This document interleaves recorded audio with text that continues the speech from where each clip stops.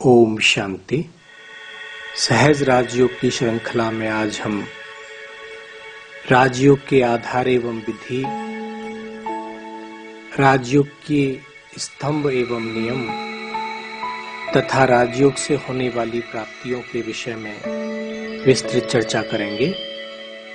राजयोग का अर्थ होता है ऐसा योग जो सभी योगों से श्रेष्ठ है, जो सभी योगों का राजा है। योग शब्द का अर्थ होता है जुड़ना। आज हम व्यक्ति, वस्तु, वैभव एवं पदार्थों से निरंतर जुड़े हुए हैं और उसी आधार पर हमको प्राप्तियां भी हो रही हैं। जिसके पास जो शक्ति है, जो गुण है, उसी आधार पर हमको प्राप्तियां होती हैं। जब हम अपने किसी इष्ट को या किसी गुरु को याद करते हैं तो उसको हम भक्ति योग कहते हैं। राजयोग का आधार है मुख्य रूप से स्नेह और संबंध। एक बच्चे को पता होता है कि उसके पिता कौन हैं, उनके पास क्या प्रॉपर्टी है, और जब वो उनका कहना मानेगा तभी वो उस प्रॉपर्टी का वारिस बन सकता है। उसी प्रकार हमको अब ये ज्ञान हुआ कि हम एक आत्मा हैं और हम आत्माओं का पिता परमात्मा है। उनके पास गुण एवं शक्तियों रूपी प्रॉपर्टी है जिसको हम उनकी आज्ञा पर चलकर ही प्राप्त कर सकते हैं। और जब हम परम पिता परमात्मा से अपने आप को जोड़ लेते हैं तो हमारे अंदर की जो कमजोरियां हैं, जो हमारे विकार हैं, वो हमसे स्वतः दूर चले जाते हैं। क्योंकि जहां पर शक्ति है वहां पर सामर्थ्य है। इसलिए राजयोग का आधार यही है, राजयोग का विधि यही है कि देह सहित देह के जो भी संबंध हैं उन सभी से अनासक्त होकर जब हम अपने आत्म स्वरूप में टिकते हैं, ज्योति स्वरूप परमात्मा शिव पिता को स्नेह से, प्यार से सर्व संबंधी बनाकर याद करते हैं, वही सहज राजयोग। राजयोगी बनने के लिए जीवन में कुछ नियम एवं मर्यादाओं की अनिवार्यता है, जिसमें से एक है ब्रह्मचर्य की पालना। जिस मनुष्य का लक्ष्य जीवन को आनंदित और राजयोगी बनाने का है, वह कभी शारीरिक सुंदरता, भोग वासना में अपना जीवन नहीं बिता सकता। वह सदा आत्मा की सुंदरता को ही महत्व देता है। ब्रह्मचर्य अर्थात परमात्मा द्वारा बताए हुए आचरण को, ब्रह्म वाक्यों को, ब्रह्म आज्ञा को अपने जीवन में, आचरण में प्रैक्टिकल रूप में लाना। ब्रह्मचारी का मन सदा ब्रह्म लोक में रहने वाले परमात्मा शिव और उनकी आज्ञाओं पर ही केंद्रित रहता है। वह आत्मिक प्रेम और आत्मिक सुख का आनंद लेता है। इसलिए उसकी निर्णय शक्ति, मानसिक संतुलन और कुशलता बढ़ती जाती है। दूसरा महत्वपूर्ण स्तंभ है शुद्ध अन्न, सात्विक आहार। राजयोगी के लिए कहा जाता है जैसा अन्न वैसा मन। उसी प्रकार से हमारे विचारों का प्रवाह होगा।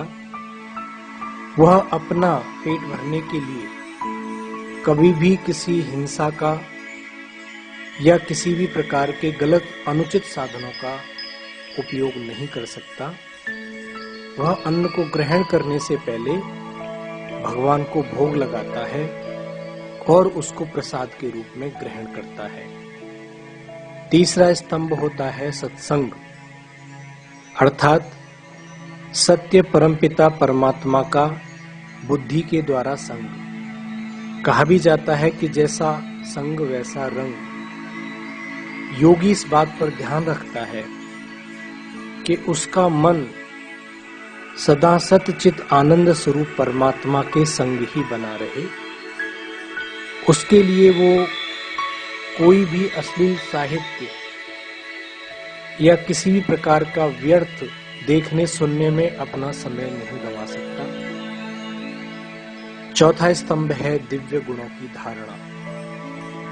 जिस प्रकार अगरबत्ती पूरे घर को महका देती है, उसी प्रकार योगी अपनी आत्मिक गुण एवं शक्तियों का प्रयोग करते हुए अपने जीवन के साथ अन्य आत्माओं के जीवन को भी सुगंधित करता है। वो विनम्रता, संतोष, हर्षित मुक्ता, गंभीरता, सहनशीलता रूपी गुणों को जीवन में धारण करते हुए अपने जीवन को योग पथ पर आगे बढ़ाता है। इस प्रकार इन नियमों का पालन करते हुए सच्चा राजयोगी सदा दुख एवं अशांति से एवं अनेक बंधनों से मुक्त होता जाता है और अंत में राजयोग से प्राप्त होने वाली अष्ट शक्तियों के विषय में चर्चा करेंगे। राजयोग से पहली शक्ति प्राप्त होती है निर्णय शक्ति। राजयोगी उचित एवं अनुचित बात का शीघ्र ही निर्णय ले लेता है, क्योंकि उसकी बुद्धि शांत और शीतल होने के कारण शीघ्र निर्णय देने में समर्थ होती है। राजयोगी की परखने की शक्ति भी तीव्र होती जाती है। जिस प्रकार एक पारखी असली और नकली को तुरंत ही जान लेता है, उसी प्रकार एक योगी भी किसी भी आत्मा के संपर्क में आने से उसकी सच्चाई एवं झूठ को तुरंत ही जान लेता है। राजयोगी सहनशील होता है। जैसे वृक्ष पर पत्थर मारने पर मीठे फल देता है, उसी प्रकार राजयोगी भी, जिस प्रकार कहा गया है नमन्ति फलो वृक्षाः नमन्ति गुणो जनाः, तो राजयोगी गुणों से युक्त होने के कारण सदा सबके साथ झुककर चलता है और सभी को क्षमा करके चलता है। राजयोगी के अंदर कछुए के समान एक विशेषता आ जाती है। जैसे कछुआ अपनी इच्छानुसार कर्मेंद्रियों को सिकोड़ भी लेता है और समय आने पर कर्म भी करता है, उसी प्रकार एक राजयोगी अपने मन को शांत कर विदेही अवस्था में भी रह सकता है और वह कर्मयोगी बनकर कर्म भी करता है।